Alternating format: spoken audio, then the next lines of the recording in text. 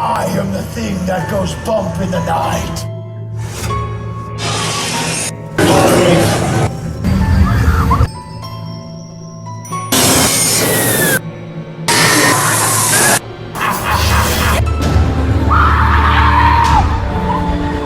Uncut.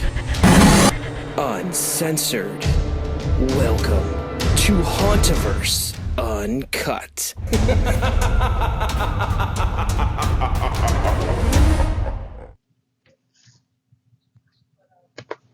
Hello, Scare Warriors, and welcome to Hauntoverse Uncut. Hello, ladies and gentlemen, and welcome back to Hauntoverse Uncut. I'm, of course, Andrew Barczyk, joined once again by my very good friend, Brian Bass. Brian, it's been a long haunt off-season. What have you been up to? Oh my gosh, just counting the days until we could do this again and start it all over. I mean, everyone knows November 1st, or, you know, if you're not, if you're Orlando, November 2nd or 5th, sometimes they go, that soon that day hits, everyone goes into this depression of just, you know, Christmas time is great, whatever. And haunts try to keep, you know, it entertaining with these new extreme Christmas haunts, but there's just a 6-month depression until stuff like the last few months starts to happen, which is Halloween Horror Nights is unveiling what they're doing this year. Parks are starting to set the events for their announcements. Local haunts are throwing up promotions. So I've just been counting the days, watching horror movies, and just watching our old videos, getting hyped for this year's haunt season. So, Andy, what can you say about it? Well, you know what? Coming off of last year, that was a personal best for me. You know, having, you know, the ability to go out to Hollywood, to Orlando, you know, getting to places like Kings Island and Cedar Point and Great America. You know, I had a really good haunt season last year, and it's going to be tough to top that this year. You know, I got some plans in the works. You know, my big goal this year is obviously Halloween Horror Nights every year now that I've been going since 24, went to 25, and now I'm trying to get back for 26. But to be completely honest with you, there's not a whole lot at 26 right now that I'm overly enthused about. And I think we're going to talk a little bit more about that tonight. You know, I'm kicking around some other ideas too, maybe getting a little, you know, I'm thinking about San Antonio, because San Antonio has two theme park haunts there. We got SeaWorld's Howl-O-Scream, which I think is just epic that SeaWorld throws a Howl-O-Scream. Yeah. You know, so like it's always been an event that when I saw it first, I'm like, I can't believe that SeaWorld's doing this, and it's always been something I wanted to go to. It's been on like my bucket list of haunts, if you will. And then Fiesta, Texas. It looks like they're really stepping up their game this year, and maybe that's the first thing we talk about here. They stepped up big time. Yeah. Go ahead. No, to fill them in, if you guys haven't seen, they put some stuff out. Definitely go over to their page, check it out. But Andy, fill them in real quick. They have two brand new, it looks like haunted houses. One called Buried Alive that if you are involved with Texas Thrill Seekers at all, Jeff Seifert over at Six Flags Fiesta Texas, very involved with the enthusiast community, has been throwing up some pictures of the inside of that haunt that we'll have some of those up here to show you right here. But also they posted this video with one of their PR people, you know, talking about all the great new things they're doing. The Buried Alive haunt seems to be the one that they're really hammering home. And from those pictures, those look like legitimate sets there. Like that, it's now granted, sometimes you can be fooled by a few really good looking sets, you know, thrown into a lot of junk. But from all intents and purposes, even last year, I heard really good things about Fiesta Texas's Fright Fest event. And I think the other thing that's really interesting is the fact that it's going to be free down there. Free. That's right. And that's a huge thing. A lot of people don't understand, especially, you know, not to knock them here, but Six Flags throwing something in for free that's actually going to be potentially really great. So if you're in the area, if neither of us make it down there, Andy, I hope you do, because like you said, that stuff looks better than, honestly, most other chains doing haunts right now. Their other new house, Torture Chamber, again, sounds great. And if you go to the descriptions, the first word in the description is free haunted house. So they're really pushing that because it is important. Compared to, yes, Halloween Horror Nights is immensely more successful, immensely more detailed and great. But is it $104 starting price for that's not including your park ticket, So, and we'll get into what their upcharges are this year. Another thing to note, Texas is going to be doing the projection video mapping, something you and I have talked about in the past, which, if done well, can be brilliantly executed and really add something to houses, scare zones. One of my favorite scare zones of all time, Acid Assault, Halloween Horror Nights. I was amazed to not see them bring that concept back again. They might have, and maybe I'm forgetting, but so I think solid event there right now. So I'm hoping you can get down. The description in the Buried Alive also has me excited because you might see some things in that haunt that other big parks don't really have the availability to do. Maybe add in some non-traditional haunt and scare scenes where you're not just in a line and boo on your left, boo on your right, you might get some interactive or moving sets. So, and like you said, those pictures that you just put up and that video of the PR person walking around, those sets look great. And there's even a scare in there that Halloween Horror Nights has utilized, I think 2 or 3 years now in the last 5. So they're stepping up their game for sure. Now, to keep in mind, if people don't know how the Six Flags system works, you buy your Six Flags ticket into the park, and it is an upcharge, usually about $20 to $30.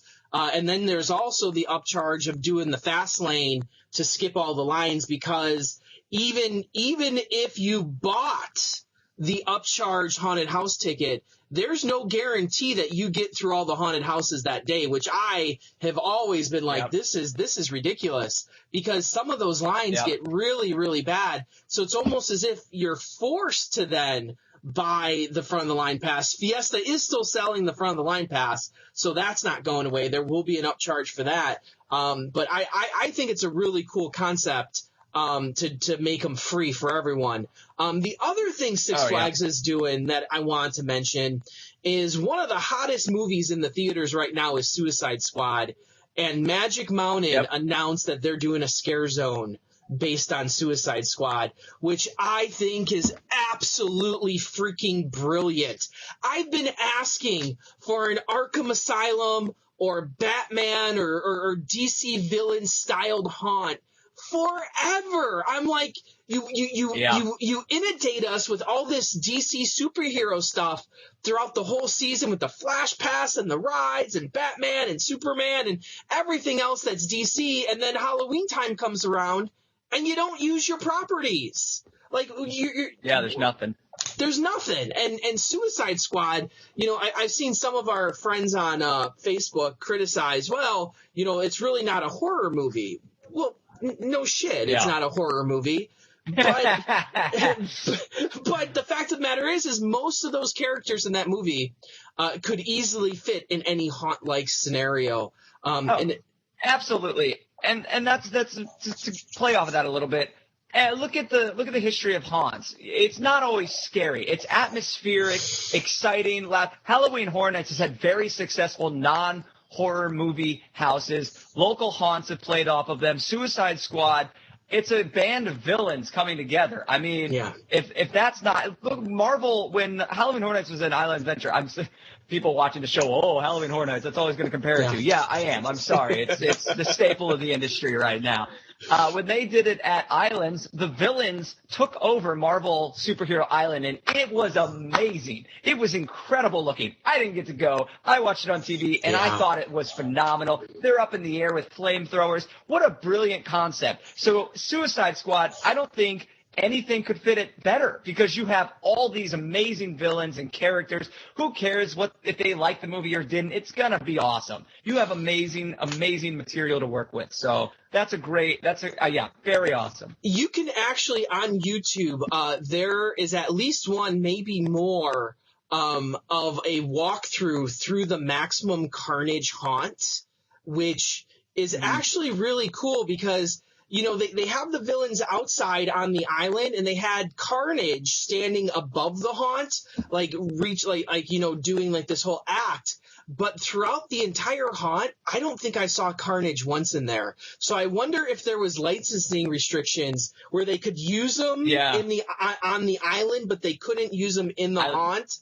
So it's really fun to watch, but there's a really good walkthrough that you can see what it looked like. But Carnage just looked pretty amazing in that. And really with Suicide Squad, to bring us back there, who doesn't want to take a picture with Harley Quinn right now? Like, come on, is that not going to be Fair point. That's going to be like the longest line in the park. Suicide Squad comes out. You got Harley Quinn going to an event. Do you think it's just a coincidence that Chance is the theme of another major haunt who has a fairly similar resemblance to a very popular DC character? Now, I'm going to transition here because we're talking we're talking about licensing material that why don't they use this? Why doesn't this happen? And parks being restricted. And brilliant concept. So if we're done with the Suicide Squad for now, we also want to transition to something that is very similar to that world. That for 4 years, ever since this expansion happened, I was like, oh man, for Halloween this could be glorious. But a certain owner of the content said, oh no, you're never going to see that. Flash forward to right now, 2016, Death Eaters attack. Something I think everyone has waited for, but not in America. Why not here? Why does Japan get this first? And again, the Halloween Horror Nights over there looks amazing, and they're not related, right? Is that two different? It's its own Halloween thing. I think they're doing something in the afternoon and night. But either way, oh my gosh, it seems like they're getting around it. Because the press release for Death Eaters Attack does not mention Halloween Horror Nights at all. Not once does it mention Halloween Horror Nights. However, if you look at the dates that Death Eaters Attack is going to happen, it's actually the same exact dates as Halloween Horror Nights. So, it's like, okay, it's not part of that event, but it's going to be this over here. I think a lot of people, thought that, Hogsmeade, when that opened up, they wanted to see something like that. But since Halloween Horror Nights wasn't happening in IOA, that it wasn't feasible. But now that you have Diagon Alley and you have the whole, Nocturne Alley part of it that's very dark. Oh my gosh. You're pulling from that stuff already. Just take that extra step further. Why not? Last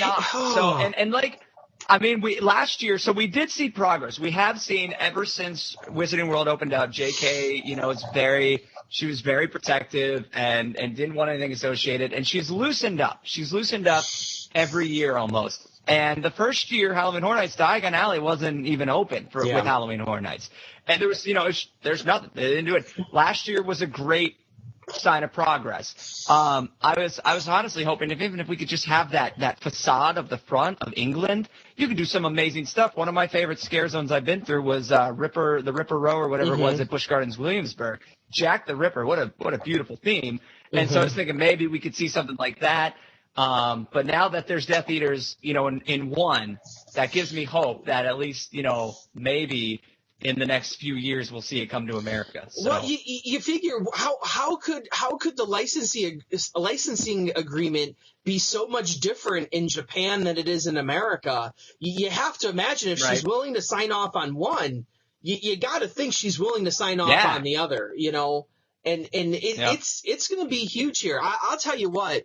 I said back in, 2014, the thing that booked my trip to Halloween Horror Nights, I wasn't planning on going for 24. I said, I'll just go for 25. But when they announced Aliens vs. Predator, I booked my flight that evening. It Done. was done. It was a done deal. I said, this is a done deal. You put Death Eaters at Halloween Horror Nights, flight booked. Game Done. over. Yeah, on your way down. Done. I'm going in there. Oh my gosh. I just think it would be such an amazing concept. It's good that they have the section open, because it was really awkward at 24 when that whole section was closed and it was just completely dark. So like that whole section of the park, nothing. From like Bill and Ted all the way up, it was just like really weird because nothing was happening. At least last year there was some action going on back there. But speaking of Halloween Horror Nights so much, this year, oh man, Hollywood, to touch on them a little bit, they're doing all the major stuff that Orlando's doing for the most part with American Horror Story that we found out today that became official. I began to wonder about American Horror Story there for a second. I thought it was going to be the new Scream because they took so long to announce it. It was taking long. It was taking so long. Honestly, I was losing hope because for years since season 2, I wasn't sold season 1. Season 2, I was like, this could be Halloween Horror Nights material. Season 2, Asylum could be its own house for in my concern, I think it could be. And when they kept going with the seasons, like, oh, this is brilliant. Get rid of Walking Dead, bring in American Horror Story. And I think it was rumored 2 years ago, but I think that was more of just a hope, not so much a rumor. And last year, everyone really thought, I was pretty convinced that it was going to happen like spring, summer. I was expecting to hear it. And as rumors came out, I was like, wow, I can't believe we're really not going to. So then when I heard it for this year, the rumors back, months ago, I was like, okay, that makes sense. It's about time. And then, it lingered and lingered. I was like, maybe we're not getting it. And when the VR house was announced, I was like, oh, even though that's an upcharge, there's house number 9. Maybe we're not getting American Horror Story. So, but yeah, like you said, Hollywood doing, and Freddy vs. Jason, right, is going over there. They're redoing that. But they did get Purge. I was kind of surprised Orlando didn't get Purge, especially with this last movie, which was pretty much made for Halloween Horror Nights. I know you were a huge fan of the glow mask. Yeah, absolutely. Now, some people, hinted, because, we're also involved in a lot of different Facebook groups for Halloween Horror Nights, and some people were saying that maybe it was because of the shooting down there this year that they want to stay away from all the violence. That's true. Because Purge is very gun heavy, very shooter heavy, versus very intentionally murderous. Yes. Yeah. So and some people were mentioning that. I don't know how true that is, but like you said, I thought this Purge was kind of built for it. It was, and I honestly think they probably had intentions to go with it. Again, we'll never know. Maybe someone will leak it after this year's over. Someone will hear something. But we've seen them do that in the past. I mean, we've seen them cut icons the last minute. Eddie and Cindy. I'm going to get flamed for that one. I think it's Cindy, right? I'm sorry, fan. They were both sensitive things happened, so they cut it all together. So it's very possible. They try to be. And that's let's go to all those incidents real quick. I think we covered it last year. It's Halloween. It's a haunt. At what point do you draw the line? Because to be fair, none of this material is very appropriate. No. People are dying in every story. There's American Horror Story covers some of the most controversial topics I've ever seen in a television show, honestly. And you've seen Busch Gardens pull theming completely for things that are happening, the beheadings. And again, I appreciate, because there is a more human side to everything. We want to respect people's wishes, but at what point are you compromising, the integrity of the content and the event? And, we saw that last year. There was a promo piece done for one of Busch Gardens' haunt, and something very similar and sensitive happened to that town on it, and they changed it completely. So I'm sure it's a very tough balance for them to play. That's where you get into where I like to go, which is where my year will be focused, is the local haunted houses. They tend to get away with a lot more there and a lot more controversial content. And so it's kind of finding that balance. And I did want to bring up, it's a heavy subject before we get into Halloween Horror Nights here. This will be the first year in 8 years that I am not attending, and I'm a little broken up about it. Fortunately, the lineup doesn't have me majorly broken up about it, you know? Like, I'm sad I'm not going, but between Exorcist and American Horror Story right now, I'm like, well, if there's a year to miss, this kind of looks like it, you know? Yeah, So yeah. You look at the HHN lineup right now, and it's not super strong. Last year you had a lot of standouts. You had the 25th anniversary haunt. You had the bringing back of American Werewolf that may have not have turned out as well, but people were really excited about. Body Collectors, Freddy versus Jason, people were out of their mind for. And the 3D house and Insidious was last year, right? Insidious was last year. There was just I said last year was one of the strongest years I've seen in the last 8 or 7. I think when I was done with it, 5 or 6 out of the 8 or 9, whatever we had, were strong, like were some of the best houses I had seen. So let's real quick. I want to ask you. I don't think we've talked about this yet, actually. Because everyone was hyped for American Werewolf to come back, and now this is different because it was an exact clone. Yeah. How do we feel about Halloween coming back? Yes, I know it's Hell Comes to Haddonfield. It's a sequel, but it's Halloween. It's Michael Myers. It's fairly similar content there. I know Halloween was one of the best houses I've been through, and honestly, yeah, it was the same thing. It was Michael Myers jumping out and every scene, but it was so well done. Do you think the same thing will happen? Do you think we had this amazing, incredible house and seeing it pretty much rehashed again, we'll be like, oh, okay, yeah, that's I remember that was really good. Well, I think I have a unique perspective from last year in the fact that, Hollywood did Halloween, and they did Halloween at 24. Hollywood did it last year. So it kind of felt like that rehash, and I'm kind of afraid that's what this is going to be like, because there's only so much you can do with Michael Myers popping out at you, with the knife up. Like, how much of that can you do? Like, is it just going to feel the same? Is this for the people who missed it at 24 to come back and at least get something out of it? I don't know how that's going to play. And I think the concern I have there is kind of the concern that, we were talking about in the pre-show with Exorcist, with how do you, Exorcist is a great horror movie. How do you turn that into a house though? What do you do? That is an ambitious project. And when Exorcist announced, that was the first little knife inside. Because I knew from very early on I wasn't going to be able to make it this year. There's a lot going on. Since our last season, I've had a daughter, so life is a little different now. It's great, but some things change. And so mixed with work, it wasn't a good timing. And so I was like, okay, well, Walking Dead will be back. Woohoo, whatever. Texas Chainsaw Massacre. You know how I feel about those kind of characters at haunts. I can go down the street and see Texas Chainsaw Massacre. When The Exorcist was announced, I kind of stopped, and I was like, really?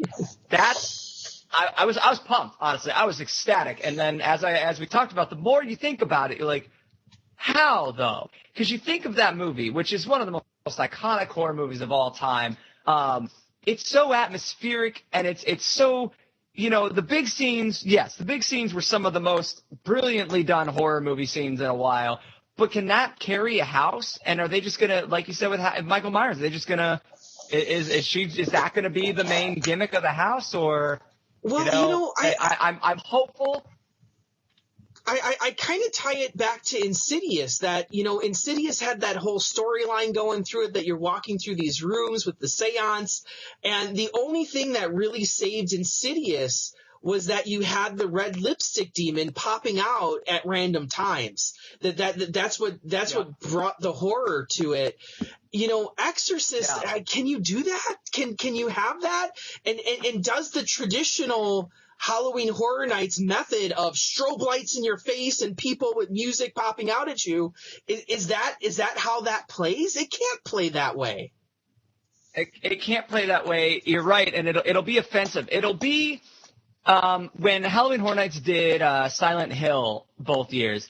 I didn't love the house, but the Orlando did Pyramid Head how he's supposed to be done. Hollywood compromised the character and made him fast and pop-outy, which, is fine and a cheap scare, but not true to the character. And this would be interesting with how many houses they have this year and how many confident material they have. Like Krampus, that's a shoo-in. That movie is made for a Halloween Horror Nights house. The Scare House did it last year in Pennsylvania. It looked phenomenal. They got tons of monsters. They'll be fine. Whatever. Exorcist, maybe they're going to go a different route. And what I'm hoping it feels like, Dead End is one of my favorite Halloween Horror Nights houses of all time. And that house, the second you got into the facade, the atmosphere was tense. It was so perfect that it took its time. The house took its time getting to you. And they got a little scare poppy, but maybe Exorcist will be a challenge for them. And maybe they will break the formula a little bit. Yeah. So, again, because like you said, I just can't see it following the strobe light, pop loud music, distraction here. Or will it be like, some of the movie houses they've done in the past, it's pretty much a showcase of the best scenes of the movie, and that's what I'm hoping it isn't. There were things, I'll try to come up with one in a minute, but just walking through some of the movie houses, you either feel like they've captured the movie and you're in it, or you're just paying tribute to these movie scenes. And so, and that works too. That's fun to see in person, but it's not the same. So, and I'm going to go on from there.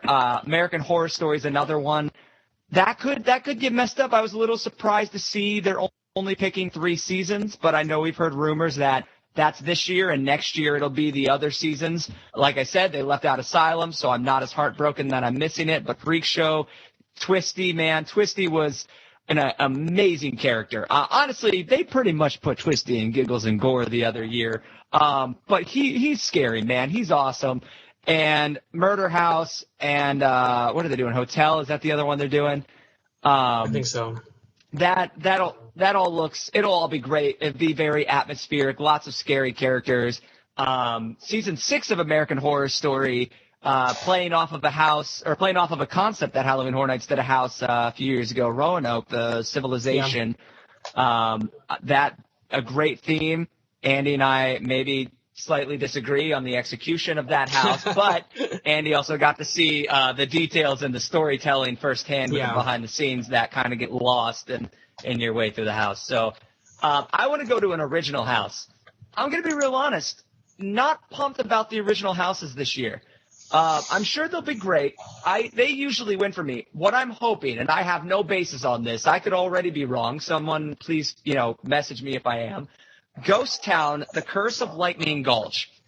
I can't hear The Curse of Lightning Gulch, let alone I can't hear the word lightning in a Halloween Horror Nights title and not think of House of Horrors or Dead Exposure. And I'm fantasizing and hoping, and I hope they don't do this because I'll be so upset if I miss this concept.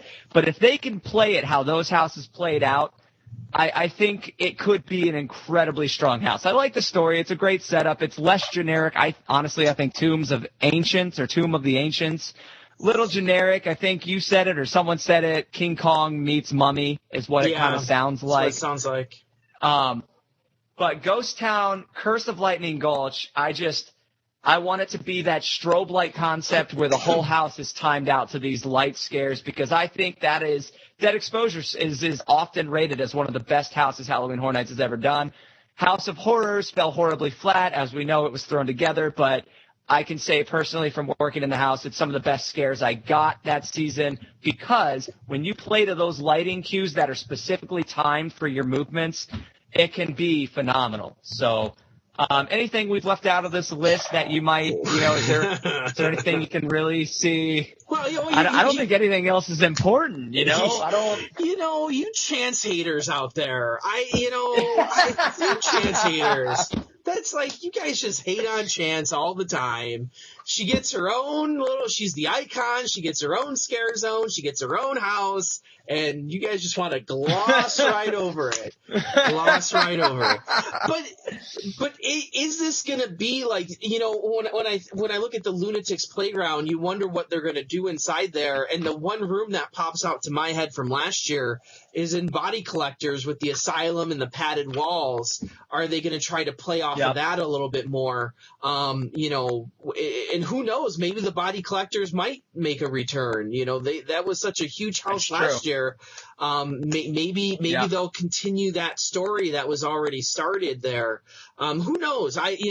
That's a mystery to me right now. But it's going to be a 3D house as well.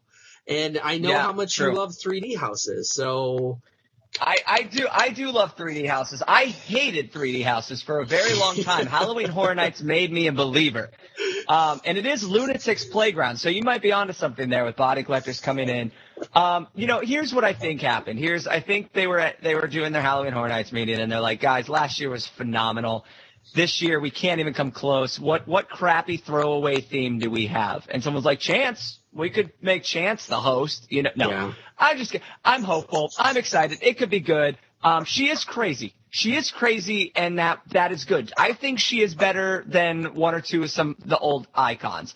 Do I think they should have made the Icon House a 3D house? I don't know. Last year was honestly the best 3D house in my opinion because it was pretty much the other three combined into one. You had major elements from all the other ones thrown into one house. I would have liked to see another break.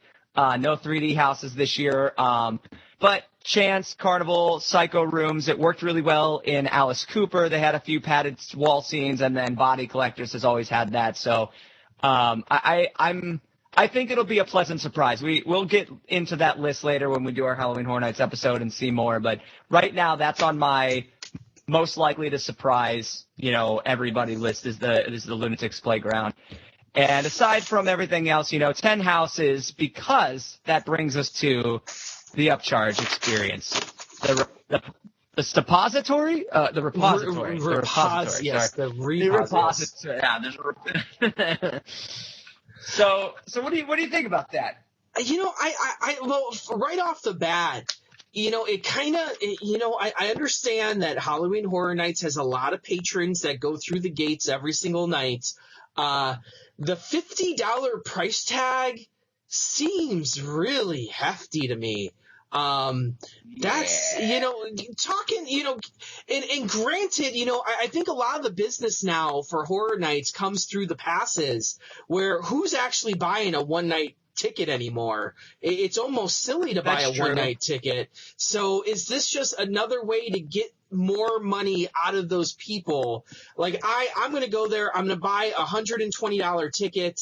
That it's a sizable investment for me, but I get 2 or 3 nights out of it most of the time.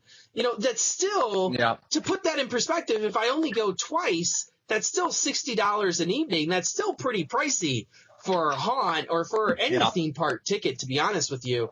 But there's people that go every single night on that pass. So is this a way to get another 50 out of those people who are there all the time and might only do this once or twice? I don't know. What do you think? $50 is a lot. That's more than several amusement park tickets. And that's not even like touching the fact that this haunt ticket is twice the price of other amusement park tickets. When I moved to Florida 8-9 years ago, whenever it was, time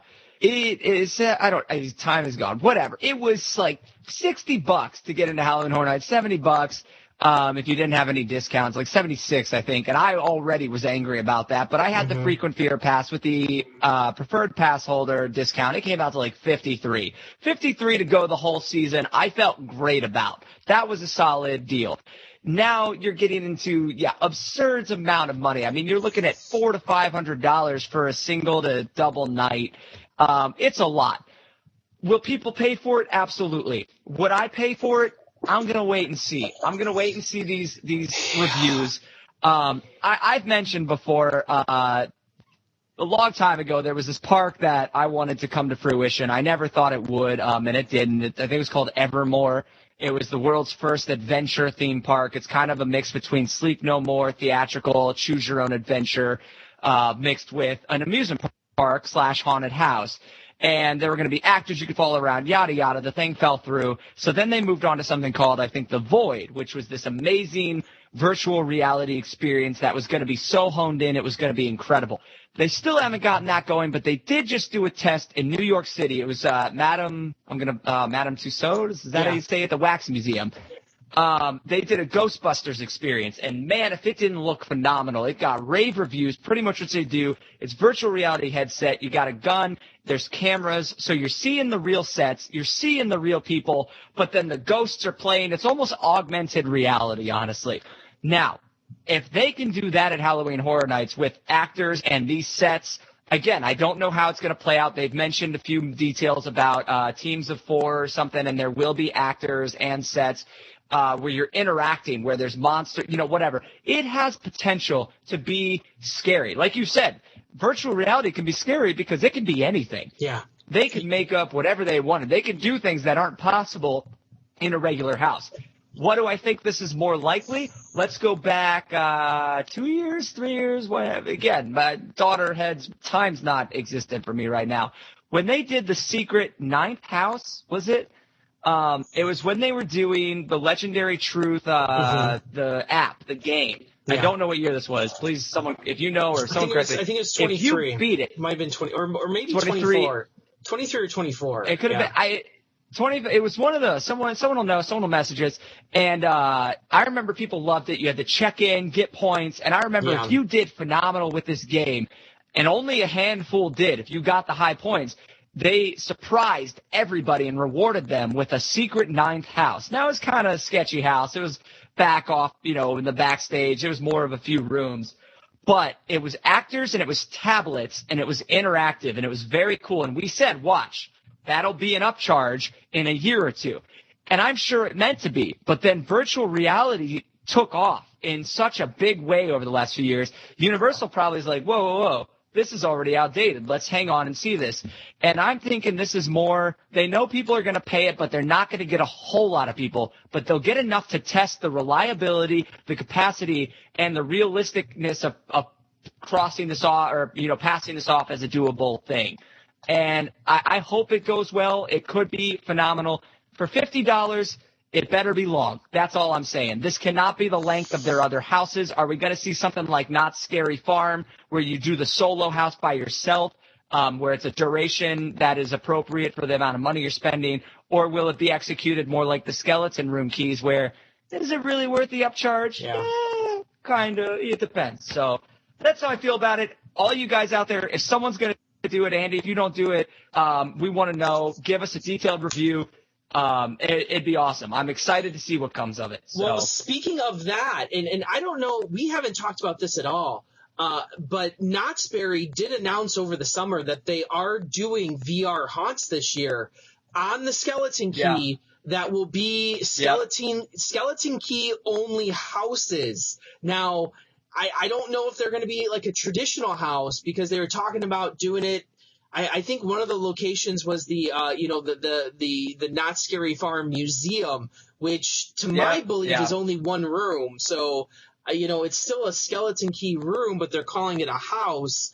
I don't know how the other ones are going to play, but that's another park that's trying to put this new VR technology that's taking over the theme park world into the haunts. I think it'll be interesting.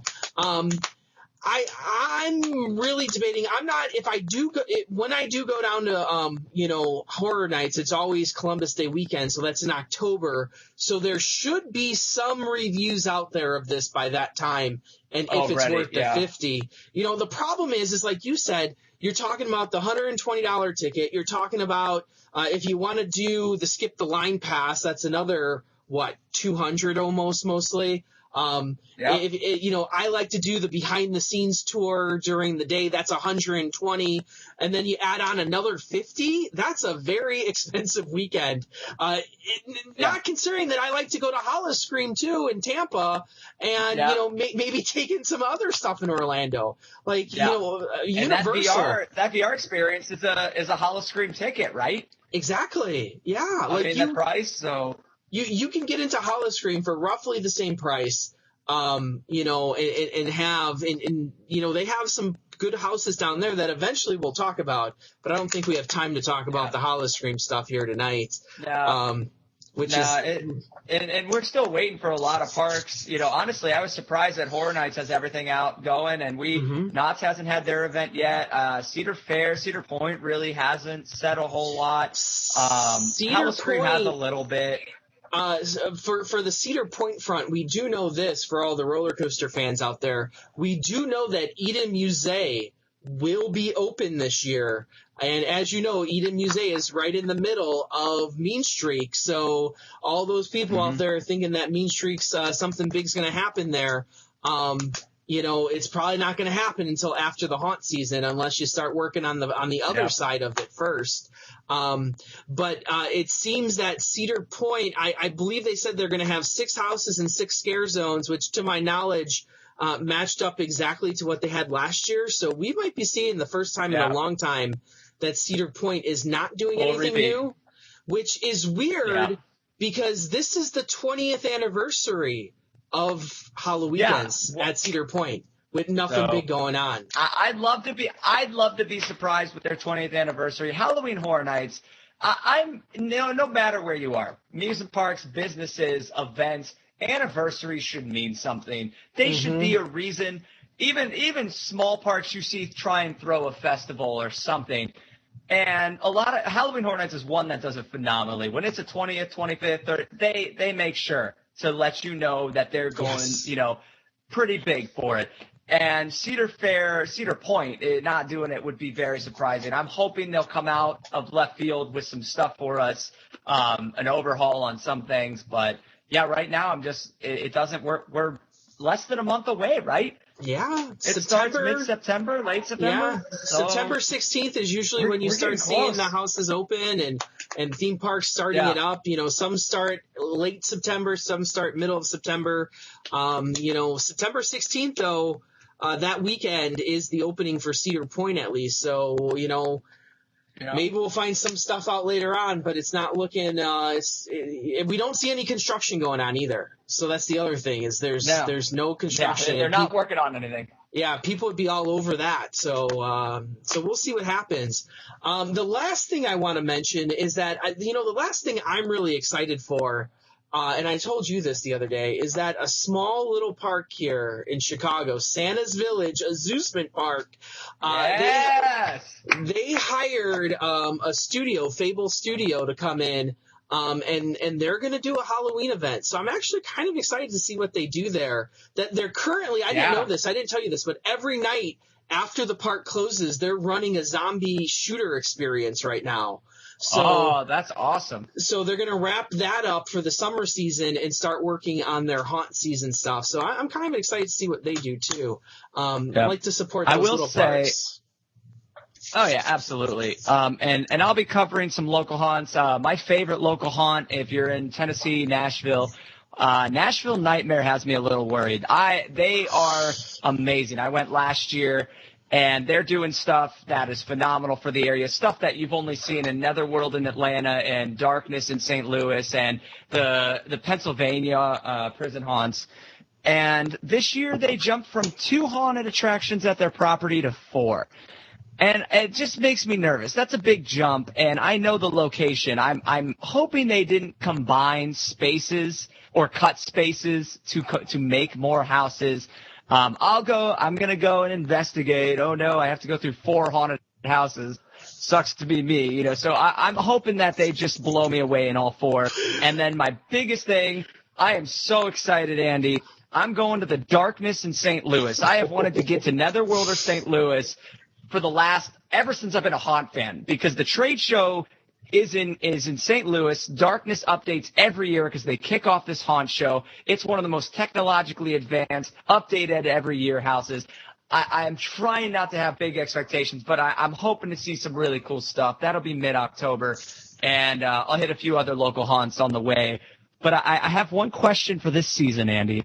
Yeah. Is there any chance there's this little company called Blackout Haunted House? They do the most extreme haunted houses, and they started in New York.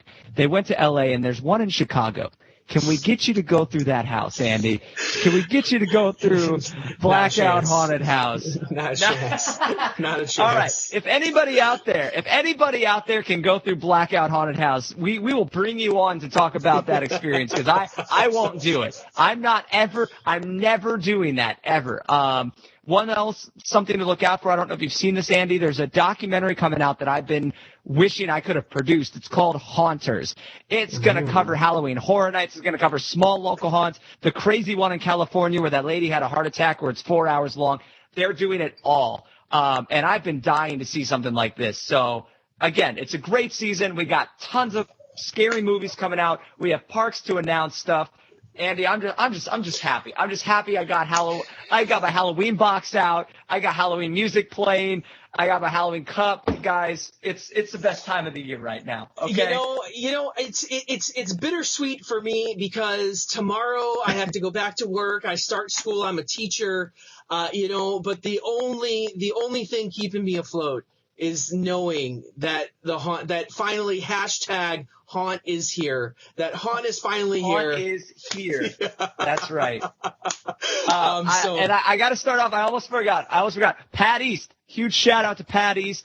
Congratulations to him. You've heard us talking about him. We're going to have him on the show one day. One day. He is actually working as a scenic designer for a very prominent haunt in the country. His work is amazing. He's also doing a local haunt up in New Jersey at a Nightmare on Eric. Check it out. Kid's phenomenal.